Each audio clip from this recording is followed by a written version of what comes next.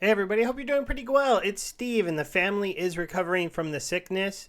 And so far, it seems like maybe I won't catch it because I did have it 2 months ago. But we'll just say that everyone is, for the most part, okay.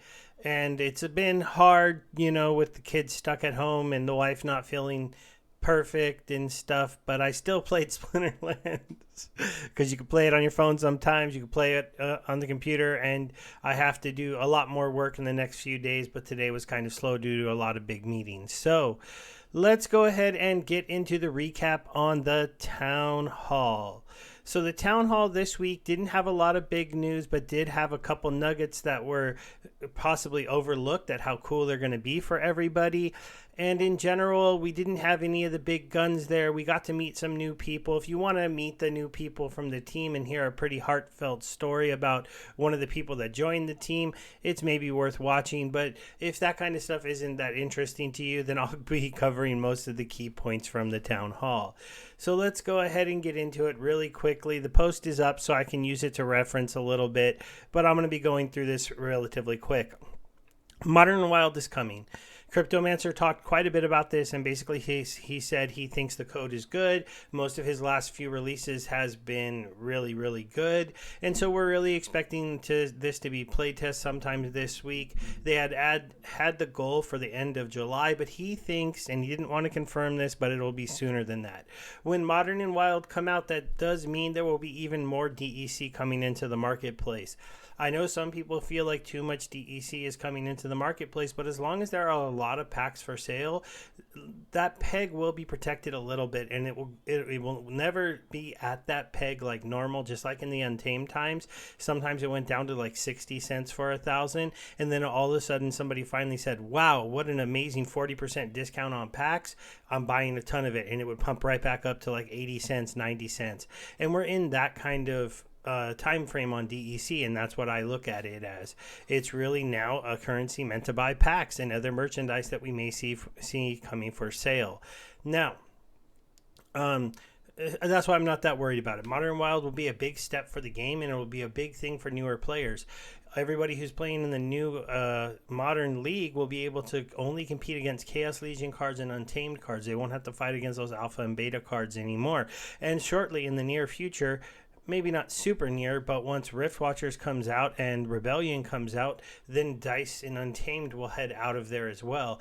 And then you'll only have to fight against cards that you as a player had a chance to buy.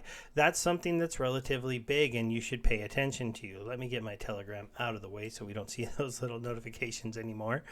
And it's something that I think a lot of us are looking forward to, even on my Gold Steve account, because the power requirements for the new leagues are going to be cut in half.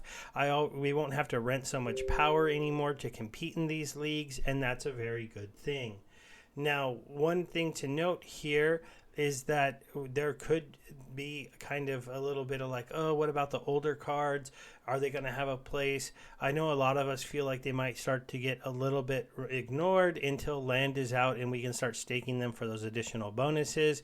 But don't worry, they did say one thing to remember: if a lot of players flood to the lower power and the things that Modern brings to it, then it's possible that the players who stay behind in Wild will start to earn more DEC per battle. I still think bots will keep this relatively equal on both sides, but maybe not, because it'll be a lot easier to get rent cards to play in the newer set, a lot less DEC you have to spend for power, so maybe that league will get a little bit oversaturated. We won't know until we see them, but testing should be starting soon. They'll be releasing some info on when we can do the testing on the MAV server. Those of us have access.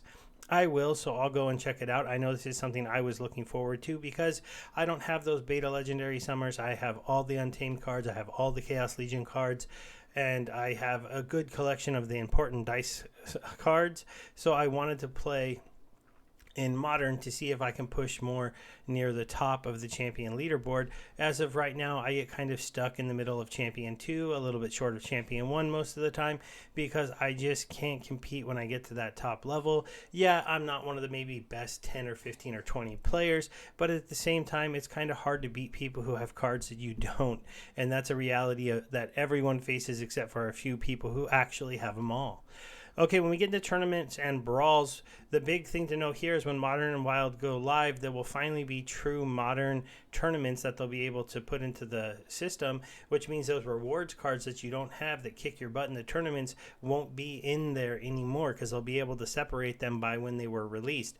This is going to make it so that some of the newer players can have a lot more fun and be a lot more competitive in tournaments, so that's a good thing.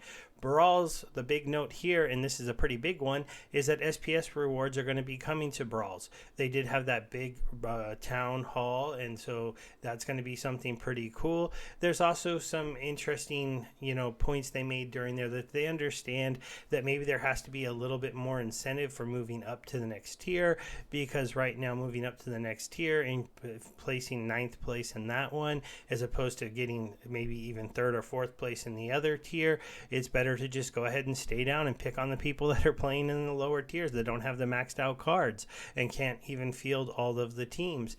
So it's just one of those things they understand and they're going to be changing. Brawls should get a little bit of a facelift in the coming months and become more rewarding to be in, because we'll be earning those SPS rewards for participating in the brawls. Splinterlands TV had another big week. The Twitch channel is up to 1,300 followers. Again, I'll be on tomorrow night during my normal stream. Don't have a big Milo or giveaway to go over, but I'll be playing live, claiming rewards live, giving away stuff that I get in my daily rewards. And since the end of season won't quite be done at that point, we can't do the season rewards stream like we did the week before. But, we'll still have some fun. We'll still give away some stuff from what I pull from my dailies. And so I hope to see you there on Splinterlands TV. Again, I go on at 8 p.m. Pacific until 10 p.m. I have a 2-hour time frame, and it should be a lot of fun. Now, when they did talk over and during the Q&A, people asked them about the new games that are coming out and the Splinterlands arcade and if it went away. Remember, they had talked about making some really kind of arcadey game front-end sites that just would be kind of something to promote Splinterlands, really simplistic games. And basically, they said that kind of got put to the side a little bit because they got this new company that wants to work with them to make another game. And they did say that they are going to have the Warner Music Group game and combo that's coming, some kind of casino-based game and a sports-based game. And they did say that more information will be coming on all of this, but they're still working on everything and hammering it all out. And they did say that do understand that they do expect all the new games to support DEC and SPS payments, giving us more things to spend our DEC on, making it hopefully have more use case and more value. If DEC is worth $1,000 to $1 in all of those games and all of the things they sell, that would be really cool to find out. And the idea that you'd be able to have another place to spend SPS for those of us that are not maybe thinking they want to hold on to it for governance stuff, that's just a good thing to see in the ecosystem. They also Agro did say one thing. Him and Matt are very appreciative if they understand that the people who put money into this game, especially when it first was coming out, and the people who are putting money into it now are the reason that they get to live the life they live and the reason they have everything they have and the reason they get to kind of build this company. And kind of a lot could change in the next 6 months. There could be 4 different games out that are Splinterland themed, 4 different things going on, and they understand that if this game is about to become a gaming platform, that they want to make sure that they keep their remember everyone that helped them get there. So they said that he couldn't say what was going to happen, but airdrops to people who own assets, special things for the current players of Splinterlands would obviously be part of all of these new things that are coming. So that was pretty cool to hear. This is the SBS airdrop is almost over. So that's something to pay attention to, and I hope that you've gotten as much as you could get. I know I wish I got a little bit more. They did talk a little bit about Splinters Fest, but they basically said that if you want to go, just go ahead and book your room in the Luxor, because they have some specials going on that are going to be better than anything they can get in the group rates for that hotel. I know I already booked my room. I'll be there. So I hope to see some of you there. If you're a fan of mine, feel free to come and say hello, say hi. It should be, hopefully, I'm not a huge celebrity or anything, so I'll just be kind of walking out of the arena probably most of the time by myself. My wife will be coming, but I don't know if she's going to even go inside Splinterfest. She'll probably just do her own things. So they do say that the tickets will be purchased both in fiat and SPS. So those of us who just have a lot of SPS, you'll be able to buy your ticket that way. But we didn't hear anything on pricing yet. No real, that all got kind of punted. And that was really kind of all. It was a shorter town hall. They did say that they're not having one next week, so we're going to have to do just kind of another kind of video for my SPS giveaway. But that's just what ended up happening. They said it's the 4th of July out here in the United States. They're going to give that time off to the people that work in the United States that are part of the company, and then come back the next week. But the next week we're going to get Matt back, so we could have one of those completely fire Matt, just like throwing out tons of updates on what's going on with the land and the marketplace or the validator nodes or something else. But this one was definitely more low key. We did get some art, so we had some new wild chest artwork, so that's kind of something interesting. I don't know if the wild chests are going to be a lot different than the modern chests. Then we have the Homestead Hackers business card. We got to see Node's business card. So you got to, I need to get a job at Splinterlands just because I want one of these business cards, right? We got to see a few other little concept art. And that really kind of wraps that up. So now we're going to go away, give away some DEC. And then we're going to go ahead and claim our rewards. So here's the wheel. I'm going to actually do a couple live shuffles and then a spin. And we're going to see who wins the 2000 DEC. Thank you very much for commenting on the Hive post. Let's see who's going to... Oh, man, you almost won back-to-back weeks, but we got Firelore coming in with the win. Again, you do have to come. I do have a Splinterlands blog. I always share my videos over here, and you can go ahead and give me an upvote if you want to support me in a way that doesn't cost you anything, and leave a comment, anything about having watched the video. Give me your Splinterlands name if it's different than your account, and your name will be on the wheel. Let's go ahead and we'll get Gold Steve logged out. We'll get myself logged in, and we'll send over that 2000 DEC. It's not, this was a lot funner to do back when DEC was worth a lot more, right? But hopefully it still helps you out. That's half of a pack, but more likely it's a lot of cards on the marketplace as they're relatively cheap right now, or it's your ability to go ahead and rent for quite a while because rentals are relatively cheap.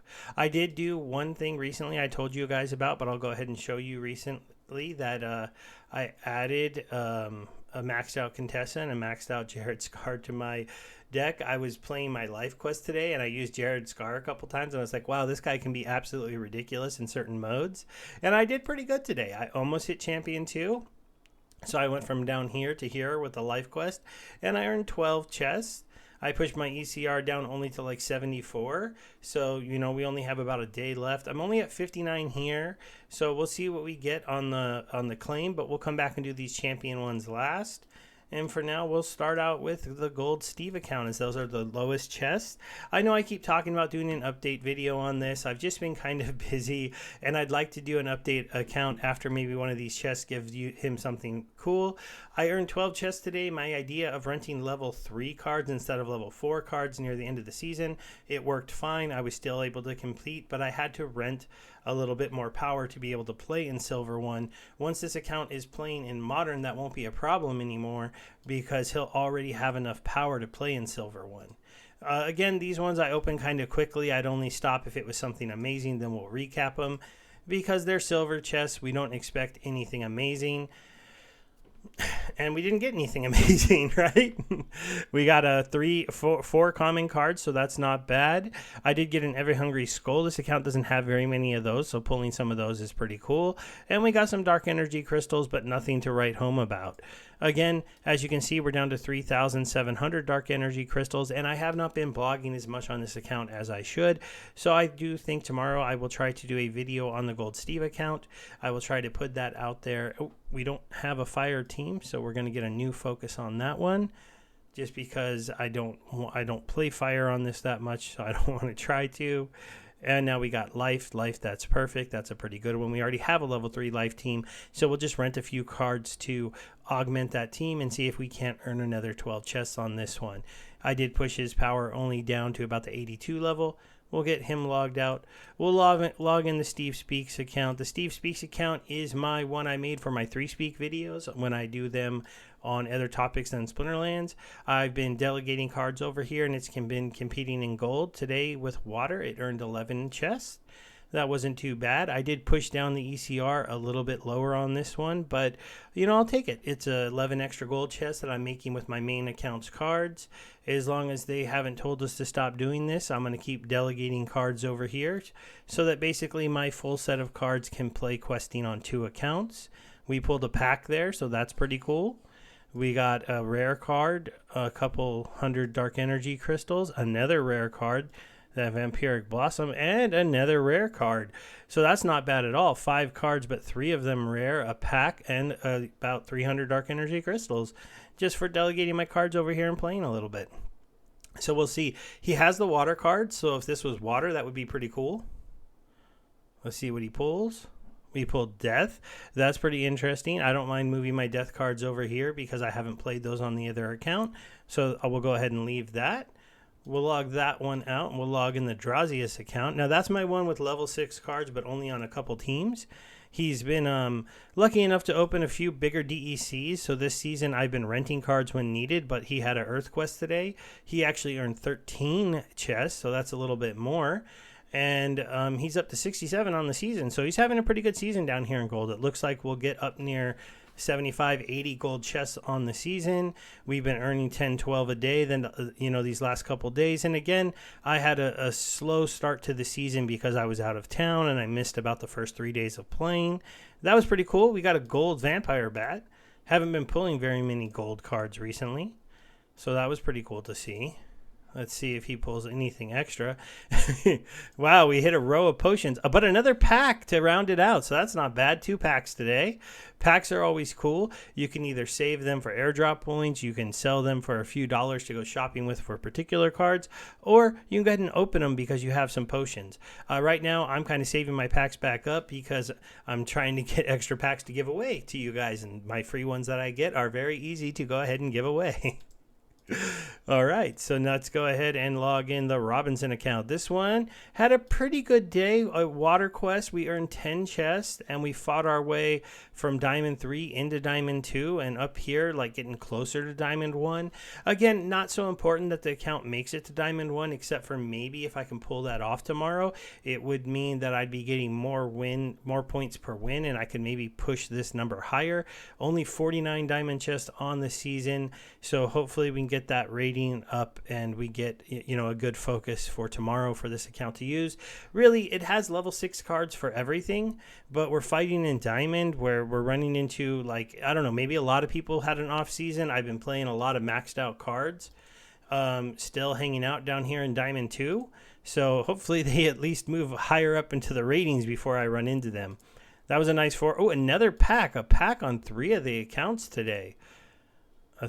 Let's get a card. Oh, we got a rare card there. Gargoyle Devil. That's one of the older ones.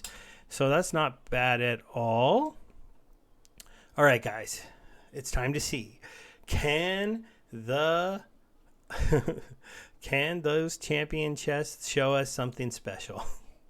I know a lot of people have shared their gold foil legendaries they've pulled. A lot of people have shared giant DEC rewards, and I myself pulled at least 2 DEC rewards in the multiple thousands that have been pretty cool.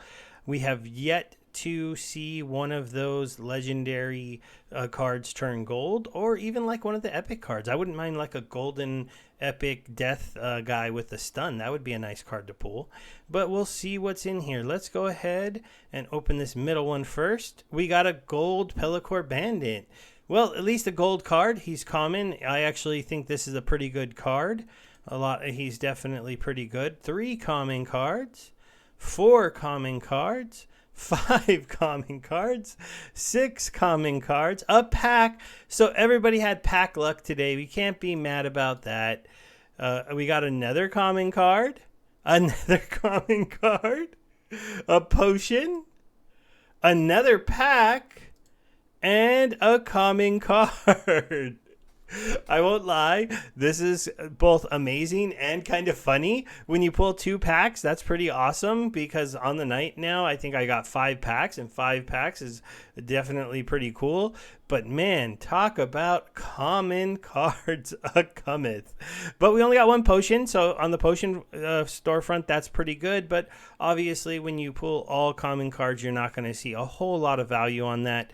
Though with the 2 packs, that's gonna move the value for the overall drop up a lot, without a doubt. So yeah, I'm pretty happy. Let's see what I get over here. We're hoping to not get death, because I want to delegate my death cards to the other team. It looks like I'm gonna have to do a quick little refresh on the site. We got Earth. That's fine. I haven't done Earth in a while, and I've got my Mylor deck to be able to fall back on. My Llama Cube decks can actually win matches and get me points for my daily, so I'm comfortable with that. So things are looking up. Thanks everybody who's hanging out, watching the channel, spending time with me. This was a longer one if you stayed for everything. And make sure you check out the post on Hive. There will be a link so that you can do that and make sure that you get your name on the wheel for next week. Bye.